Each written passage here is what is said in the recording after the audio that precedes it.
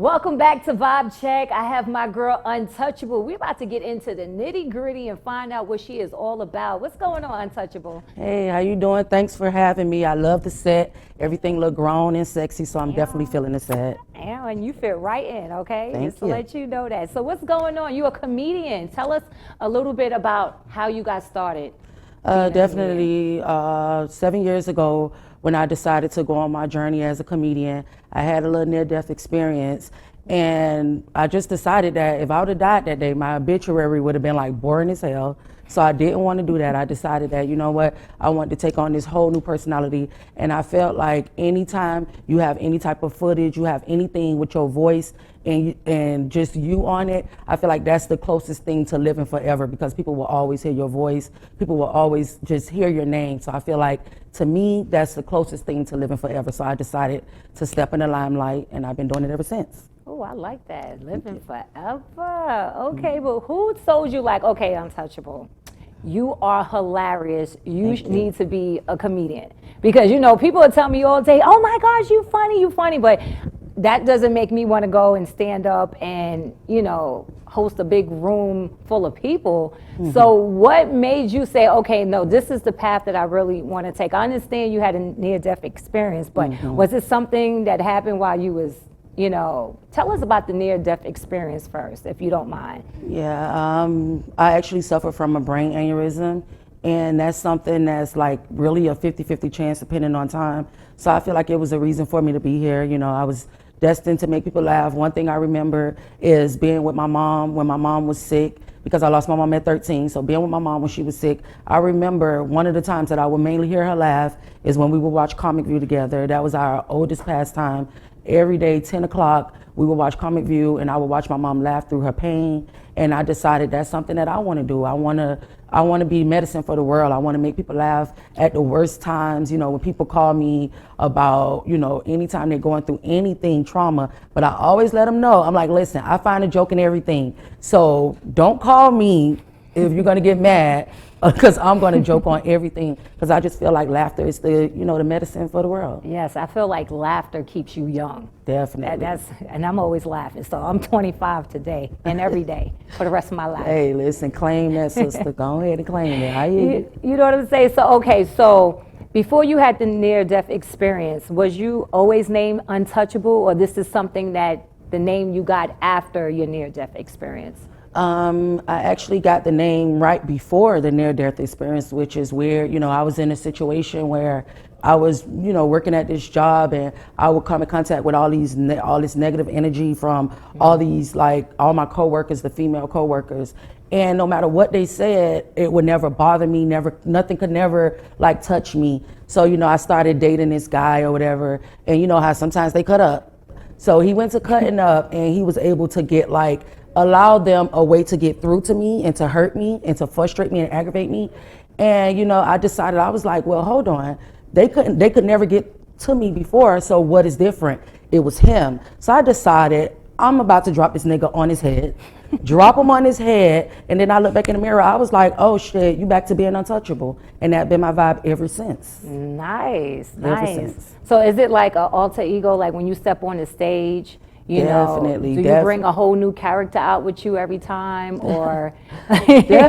Definitely, I will say Untouchable is definitely an alter ego. Myself, my name is Trelawney, and when I'm on Trelawney vibe, I'm really chill, I'm really like laid back, I don't really want to talk to too many people, but once I get into my Untouchable mode, it's like, I'm here, everybody look at me, this is my spot, you know, I just feel like the alter ego is way bigger than the actual person, and I love it because, you know, I get to not apologize for shit because Untouchable said it, not me. You get it? Okay, so tell us a crazy story that happened hosting an event or performing on a stage. Like, I know you got to have a crazy story. You got to have at least one crazy story. Okay, so my funniest story, and this one I know, I'm like, you know what? I'm destined to do this, because if you're able to roll over after something happened and then still just jump back into it, I feel like, you know, it's for you. So I was at the Mocha Lounge, and I was under Plus Pierre and Success Junior, which are heavyweight comedians in the Haitian community. So I was doing their their event, and I walked on stage. The DJ didn't play their song or something, so the crowd was like, "Oh, he didn't play your song. Come back, come back." So I was like, "Oh, y'all want me to do my entrance again?" They like, "Yeah, do your entrance again." I'm like, "Okay." I turn around and get ready to walk, and just like right down the stairs, like right down the stairs. And I saved it. Like I caught it at the end. I did save it. Like I ain't completely eat it. But everybody know almost falling is funnier than falling. So I was like, oh shit. And everybody saw it because they were looking. So I was like, oh shit. So I just went back on stage and I made a joke about it. I was like, shit, ladies, y'all know when we wear our stilettos, we have to call our insurance adjuster and be like, listen, I'm in stilettos, 6 inches. Am I covered? You know, so everybody laughed and I was able to make it through my set. And at the end, oh man, they roasted me for the shit. For so long, they roasted me behind this fall off the stage. But I felt like in that moment, I knew that I'm not afraid to be myself, to make mistakes, to fucking fall off a stage and still come back and be untouchable. You know, so that was, I think, the funniest thing. Okay, listen, did they catch it on camera? Because it's not funny if it wasn't caught on camera. Listen, I haven't seen the footage. Anybody, if you have the footage, your life is in danger. If you have the footage, I'm letting you know right now. Because that was one of my most embarrassing moments as a comedian. So I heard you from Dade County. You representing the 305. All day long. I'm definitely 305. I went to Holmes Elementary, Northwestern, like I'm like definitely 305. I'm from the Wall, Brothers Store, Trick Daddy, Trina, all of us in the same little areas. You know, I was a little younger, but my older sister and everything. So it's like, I'm 305 till I die. I never switch it up. You know, anytime I'm out of town, and it's weird because I have braces, but I actually put gold braces just because I'm so 305, right? Okay. So when I go in other places, they like, where you from? I'm like, bitch, stop playing with me. But I'm gonna always represent 305 no matter where I go. Now, what's dope is we're about to go into this clip of you hosting a sip paint comedy show. Definitely. We're going to get into this clip right now. Okay. Yes. I would like to welcome y'all to Winners Wednesday, another Kiss the Mic production. Thank y'all for coming through fucking with us. We got nothing but hot shit hitting the stage tonight. We need our dads, man. My daddy in jail, y'all. Talk about my daddy. My daddy been in jail for the last 13 years of my life. He just been raising me over the phone. My daddy just been raising me over the phone for 13 years. Everything sound like something to him. He said, my boy, you getting big as hell. 13 years. 13 years my daddy been in jail. Man, my daddy gay. All right, y'all. Since y'all already having a good time, and y'all having a good time, let me hear y'all say, yo. We gonna bring our headliner to the stage, y'all. This person is hot. He touring all through Miami, all through New York. This man is all through the whole 50 states. I want y'all to start clapping it up. Give it up already for Pookie F, baby. Let's get it. Yo, cut it, goddamn, cut it, DJ. That's DJ Pandora. Nigga, I ain't even asked for that. I asked for motherfucking Kevin Price. That nigga gonna give me Lil Kim. This nigga's with the function already. Listen, man, I'm keeping real with y'all. Them young girls, they too aggressive on the dick. I tried to fuck this young girl. She was too motherfucking aggressive. Tell them, this your dick, daddy. Get it. This your dick, daddy. I'm a savage. I'm like, bitch, did you just TikTok on my dick, bitch? For real. This girl came to me all excited and shit. She's like a celebrity. Girl come to me talking, oh my God, Pookie, I got my hair done. Don't look like a celebrity. I said, what celebrity? She said, Pookie, I look like Lil Mo. I said, bitch, you need a little more hair. That's not a ponytail, bitch. That's an oxtail, bitch. Come on.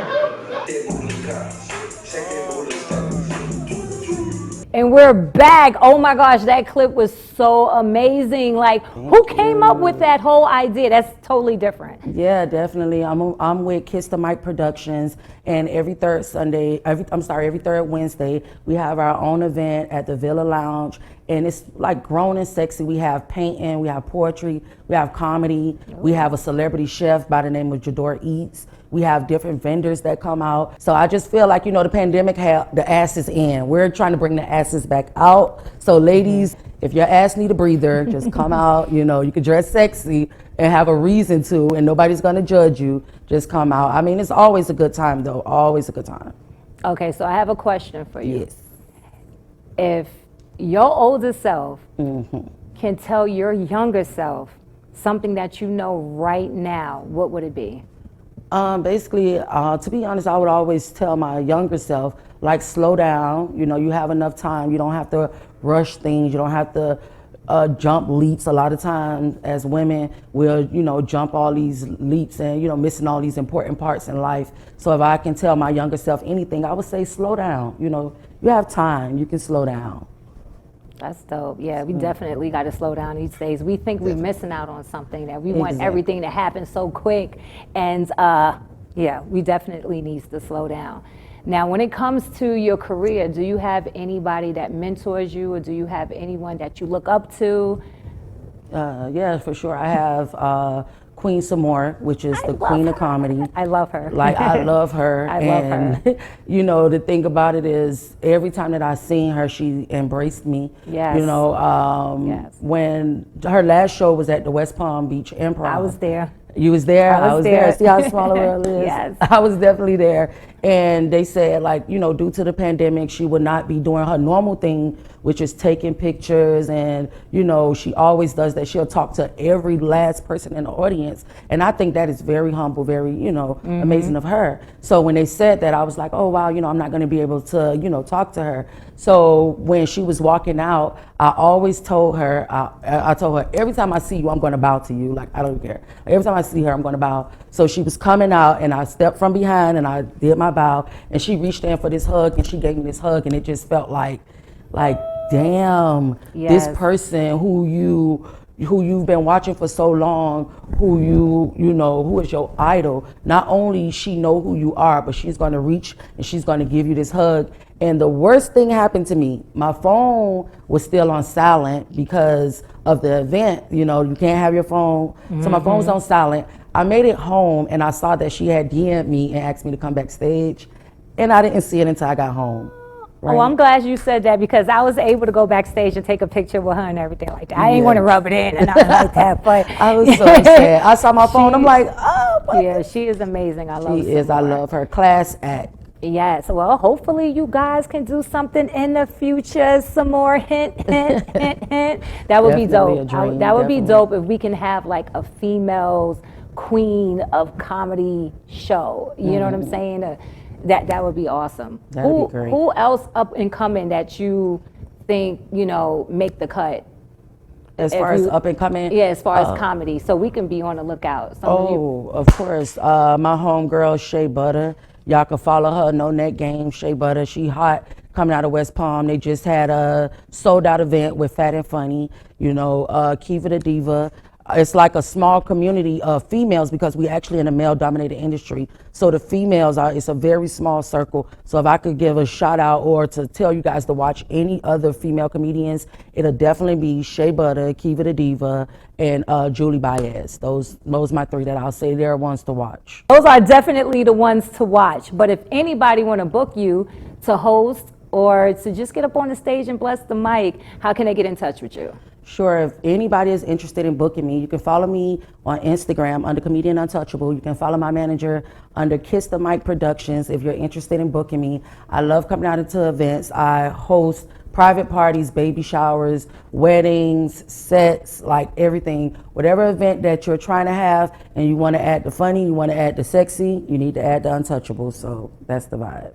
And I know that's right. But we will be right back with Vibe Check. RepYoCity.